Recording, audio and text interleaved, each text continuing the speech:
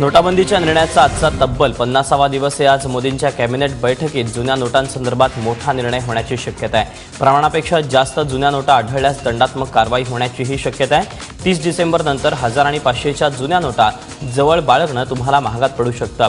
10 पेक्षा जास्त जुन्या नोटा तुमच्याकडे सापडल्यास त्यावर दंड आकारण्याचा विचार केंद्राच्या विचाराधीन आहे।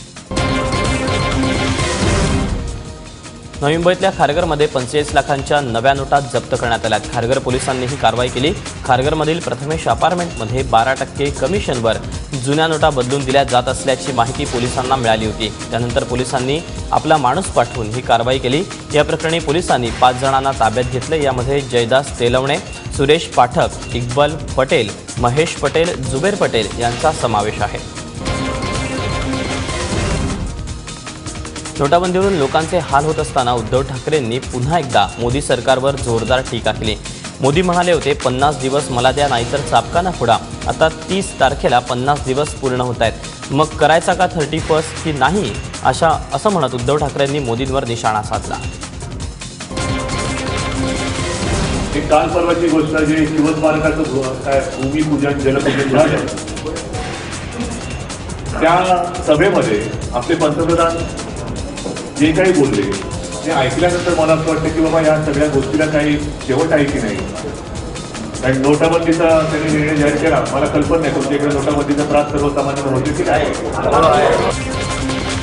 मुंबई तर कोणत्याही परिस्थिती आपण राखणार म्हणजे राखणारच। महापालिका आपण जिंकायच्या, जास्तीत जास्त ठिकाणी शिवसेनेचे महापौर हे तिकडे विराजमान करायचे आणि ते एकदा झालं तर मग बाकी तुमच्या भेटीला तुमच्या जिल्ह्यामध्ये त्र्यंबकेश्वरमधल्या 2 नावाजलेल्या मोठ्या पुरोहितांवर शनिवारी आयकर विभागानं धाड टाकली। तसंच इतर 9 पुरोहितांना नोटीसाही पाठवल्या गेल्यात। त्र्यंबकेश्वरमध्ये दररोज हजारो भाविक दर्शनासाठी जातात। त्यात अनेक व्हीआयपींचा समावेश असतो, त्यातून लाखो रुपयांची उलाढाल होते। त्र्यंबकेश्वरच्या पूजेसाठी पुरोहित वर्ग मोठी दक्षिणा घेतो। सर्वत्र कॅशलेस व्यवहारांना प्राधान्य असलं तरी पूजेसाठी कोणत्याही व्यवहाराची सोय नाहीये। त्यामुळे आयकर विभाग पुरोहितांकडे येणाऱ्या पैशांवर बारीक नजर ठेवून होतं। याच पैशातून अनेक पुरोहित धनाढ्यही झाले।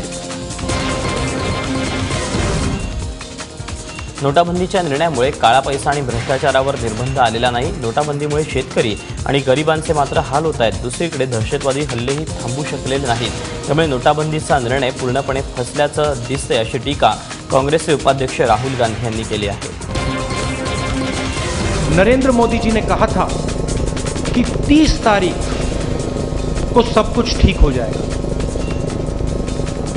उन्होंने कहा था अगर 30 तारीख को सब कुछ ठीक नहीं होगा तो मैं जवाब दूंगा। 30 तारीख आने वाली है, सिचुएशन वैसी की वैसी है। नोटाबंदीचा निर्णय घेऊन सरकारनं देशाच्या अर्थव्यवस्थेशी दगाबाजी केल्याचा आरोप राष्ट्रवादी काँग्रेसचे सर्वेसर्वा शरद पवारांनी केला। बारामतीत झालेल्या बालवैज्ञानिक प्रदर्शनाच्या वेळी ते बोलत होते। त्यावेळेला तुम्ही एवढ्या नोटा रद्द करता, त्यात तुम्ही हे प्रॉमिस बोलता आणि हे प्रॉमिस ज्या वेळेला सरकारकडनं म्हटलं जातं त्यावेळेला लोकांचा व्यवस्थेवरचा विश्वास होतो आणि हे काही चांगलं लक्षण नाही। बघूया आता काय होतं ते। अनेक वर्षांपासून ओबीसी समाजासाठी वेगळं मंत्रालय असावं अशी मागणी होती, ती मान्य झाली। यात 52 पदं असणार आहेत, सचिव आणि उपसचिव देखील असणार आणि ही सर्व पदं तातडीनं भरली जातील असं मुख्यमंत्र्यांनी स्पष्ट केलं। आणि विशेष म्हणजे हे खातं मुख्यमंत्री स्वतःकडे ठेवणार आहेत। मंत्रालयाच्या निर्णयानं ओबीसी आणि भटक्या विमुक्त जातींना फायदा होणार आहे। ओबीसीच्या ज्या योजना आहेत त्याच्याकडे पाहिजे त्या प्रमाणात सामाजिक न्याय मंत्रालय ते लक्ष देऊ शकत नाही, त्याचा फोकस तो राहत नाही, अशा प्रकारची मागणी देखील सातत्याने होत होती। आणि म्हणून राज्य सरकारने या संदर्भात आज निर्णय घेतलेला आहे आणि राज्य सरकारने आज एक नवीन मंत्रालय स्थापन करण्याचा आम्ही निर्णय केलेला आहे। तर ओबीसी मंत्रालयाच्या निर्णयावर काँग्रेसनं मात्र जोरदार टीका केली। हे पाऊल म्हणजे जातीयवाद असल्याचा दावा विरोधी पक्षनेते राधाकृष्ण विखे पाटील यांनी केलाय।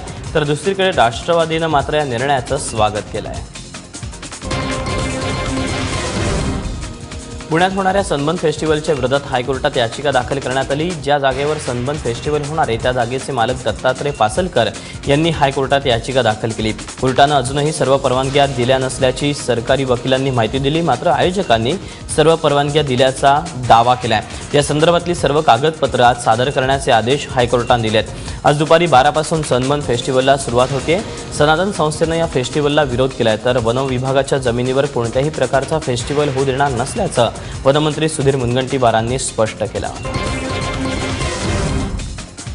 अरबी समुद्रात उभारण्यात येणाऱ्या शिवाजी महाराजांच्या स्मारकावरून मनसे अध्यक्ष राज ठाकरेंनी राज्य सरकारवर पुन्हा एकदा निशाणा साधला।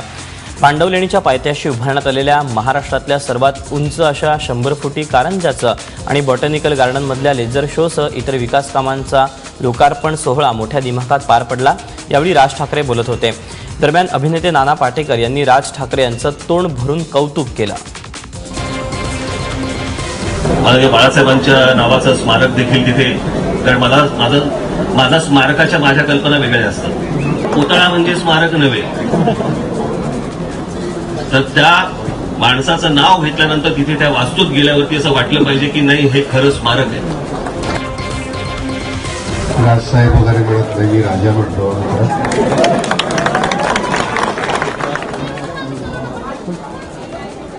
तो करतो तो पराकोटीचं काहीतरी करून ठेवतो। खरं सांगतो की मी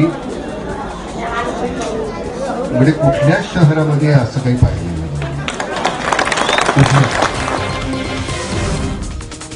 पुणे मेट्रोच्या भूमिपूजन सोहळ्यामध्ये भाजपनं शरद पवारांना भाषणाची संधी दिली नाही असा आरोप राष्ट्रवादी काँग्रेसचे नेते आणि माजी उपमुख्यमंत्री अजित पवार यांनी केला। पुणे महानगरपालिकेच्या वतीनं बालाजीनगर इथं काशीनाथ आनाजी धनकवडे प्राथमिक आरोग्य केंद्र आणि प्रसूतीगृहाचं उद्घाटन अजित पवार यांच्या हस्ते करण्यात आलं। आमच्या अख्ख्या पुणेकरांचं ते प्रतिनिधित्व करतात। बरं, त्यांनी म्हणलं ठीक आहे, आम्ही 2 महापौर न बोलता आमचे नेते म्हणून पवार साहेबांनी बोलावं, तेही नाही। ही कुठली लोकशाही? बाबासाहेब आंबेडकरांनी जी लोकशाही तुम्हाला मला दिली ती ही लोकशाही नाही, ही ठोकशाही, ही हुकुमशाही आहे। राष्ट्रकुल घोटाळ्याप्रकरणी तुरुंगाची हवा खावी लागलेले आयओएचे माजी अध्यक्ष सुरेश कलमाडी यांची भारतीय ऑलिम्पिकच्या अध्यक्षपदी आजीवन नियुक्ती करण्यात आली। तसंच आयओएचे माजी अध्यक्ष अभय चौटाला यांनाही मानद अध्यक्षपद देण्यात आलं। चेन्नईत आयओएच्या वार्षिक सभेत एकमतानं हा निर्णय घेण्यात आला। भ्रष्टाचाराचे आरोप असलेल्या व्यक्तींची आयओएच्या एखाद्या मानाच्या पदावर निवड केली जाते याविषयी क्रीडा क्षेत्रात आश्चर्य व्यक्त केलं जात आहे। आयओएच्या कारभारावरही त्यामुळे प्रश्नचिन्ह उभं राहिलं आहे। करलो दुनिया मुठ्ठी में म्हणणाऱ्या रिलायन्स कम्युनिकेशनच्या पुण्यातील कार्यालयाला टाळं ठोकण्यात आलं। मालमत्ता कर थकवल्याप्रकरणी पुणे महापालिकेनं ही कारवाई केली।